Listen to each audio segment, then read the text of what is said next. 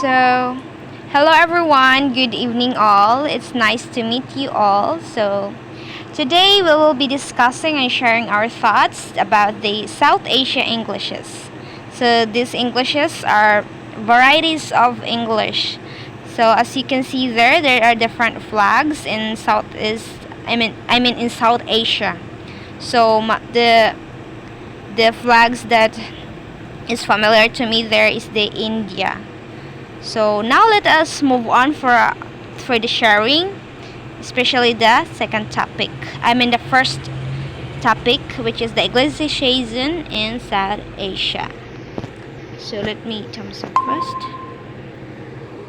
Okay.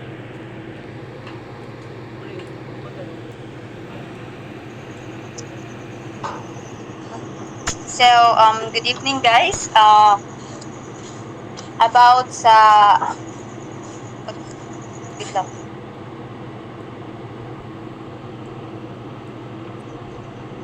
About Englishization in South Asia. Um, as I read Katro Nelson books in South Asia, in the southern subregion of Asia, which is defined in both geographical and ethnic cultural terms. Okay, the region consists of the countries of it is Afghanistan, Bangladesh, Pakistan, and Nepal. My thoughts here is the English language was introduced to the Indian subcontinent in the early 17th century, and it is reinforced by the long rule of the British Empire.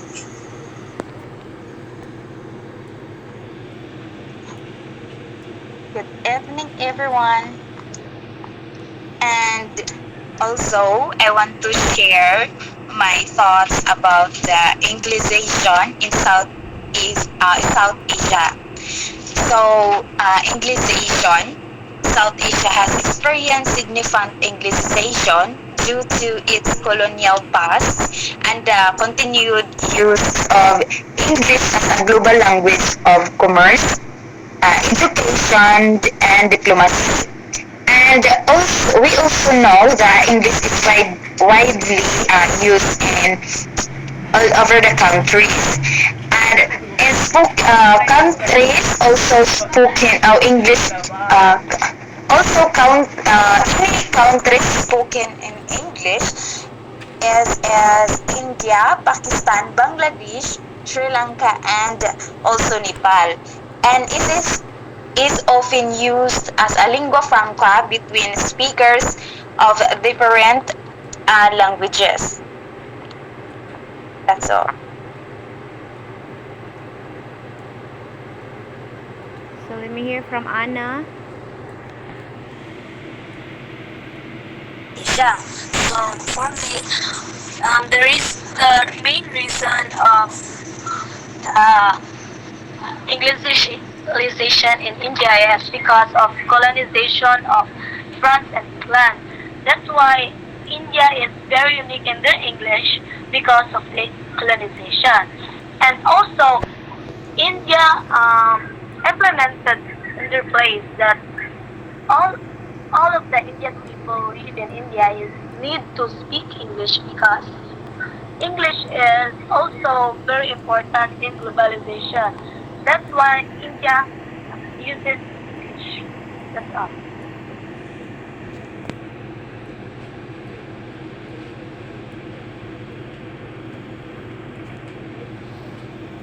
So let me share my thoughts and idea about the Anglicization in South Asia. So the most this South Asian Englishes composes of Indian English, Lankan English in Sri Lanka, and the Pakistani English. So there are varieties of English we will be focusing right now.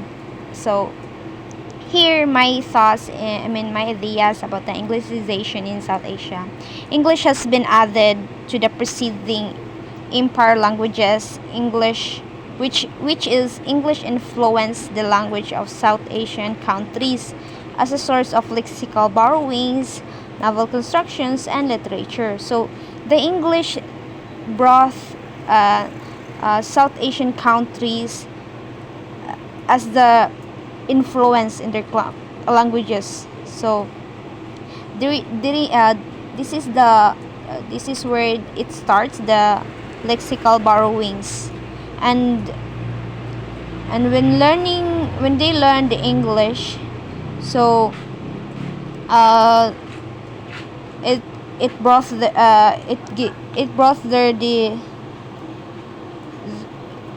their literature about a certain countries.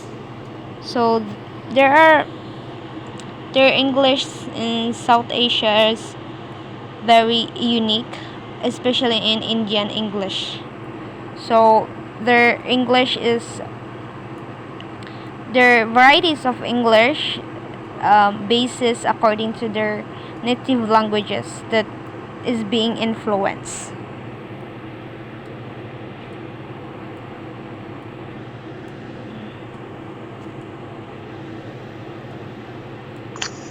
So the second one I thought for South Asian attitudes towards English. So for me, attitudes towards English in South Asia vary depending on factors such as socioeconomic status, educational level, and language background. In some communities, English is seen as a symbol of upward mobility and social prestige, while in others it is viewed as a legacy of colonialism and a threat to local languages and cultures. However, overall, English is widely recognized as an important language of education, employment, and international communication. And that's what I've thought.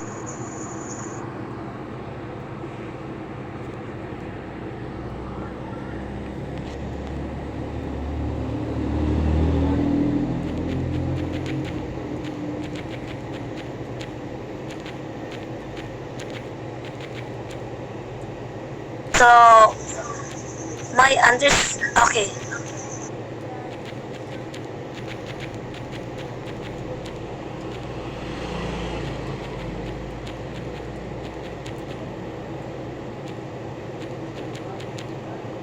Okay, Varan, go ahead.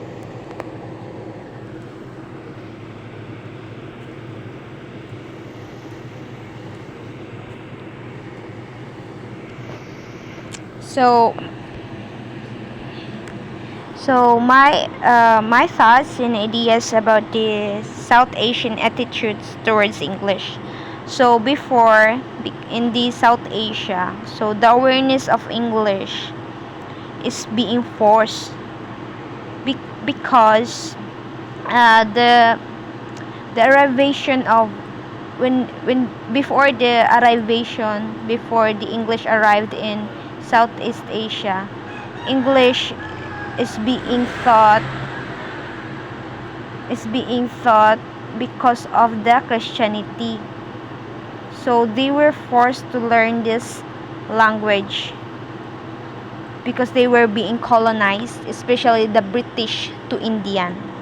So if we learn furthermore about the English in South Asian countries, so it is the same with in other countries where English is being taught or brought up.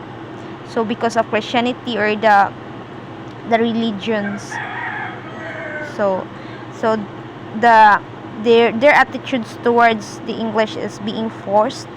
So they were being forced to learn this language.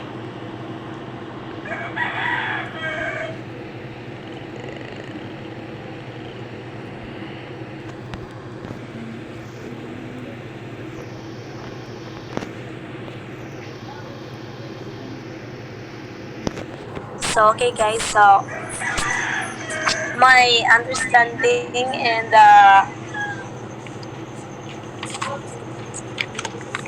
South Asian attitudes towards English is it is a linguistic area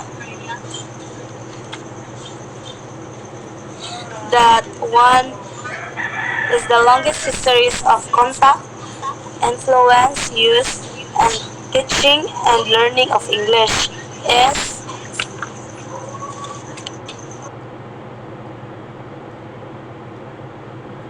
diaspora in the world. So that's my understanding, guys. Diaspora. She's right. Diaspora. All right. Okay. About of the history of English in South Asia. Um, it is one of prolonged heated debates and controversies, right? So the controversy about the legacy of English and um, desirability of its continued place in language, um, policies and cultural associations has still not debated.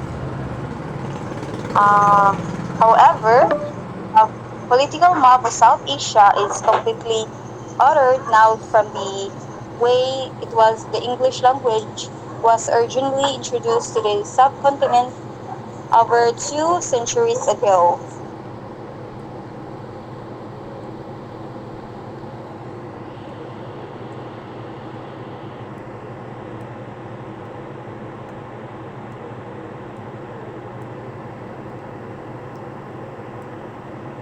So last but not the least is status of South Asian English.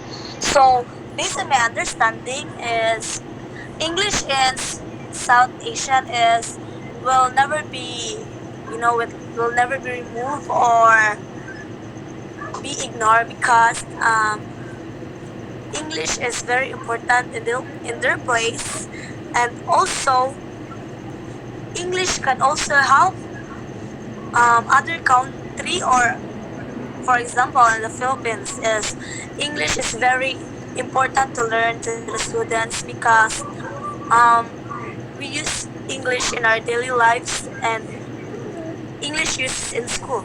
So that's all.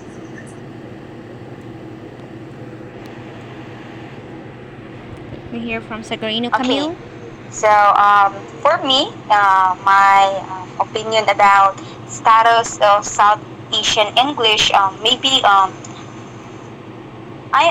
the insight of mine is English remained a foreign language in India for the uh, next several decades, right? Okay, so as I read Kachu's books, it is defines modern South Asian English or SAE as educated of variety of South Asian English. So with of course varieties with this variety notes on varieties of South Asian Englishes. Yeah.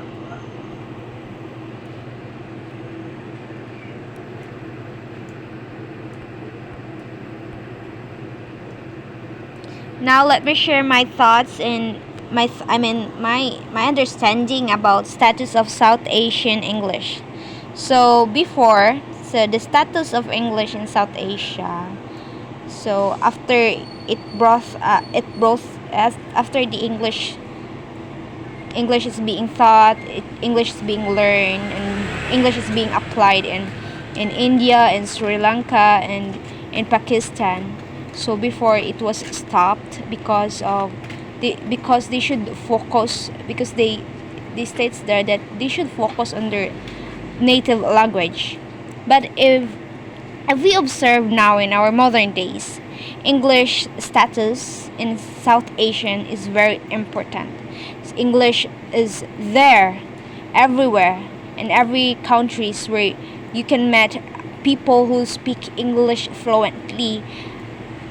but they can speak fluently in English, but it varies according to their accent, their and the native language which is being influenced into to their languages. The English they have is being influenced by their native language. That is why they have different accent. So, in if I'm gonna share my thoughts or my idea about the status of South Asian English before, so it was stopped, and in today's generation and modern days, so it is very important to be learned. So that's all for my idea. Let me hear from Miss Amaba. Wait for a while.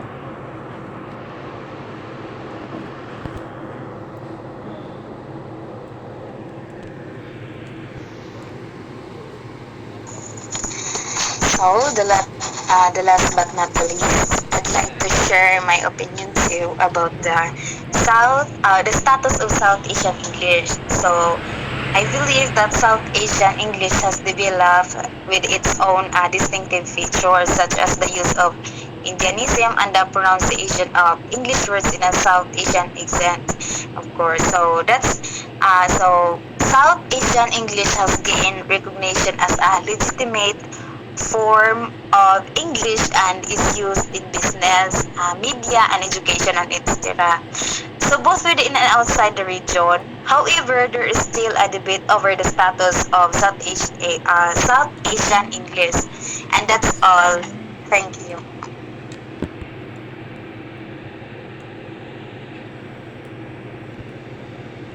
So thank you everyone for your sharing, for your thoughts and sharing your thoughts and ideas about our topic today, which is the South Asian Englishes.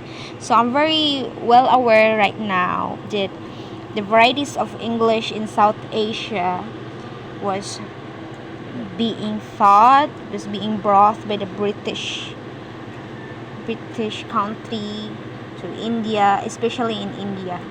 And the most familiar to me the country has today, I mean, has English, the presence of English is in India. So thank you everyone for your thoughts and ideas.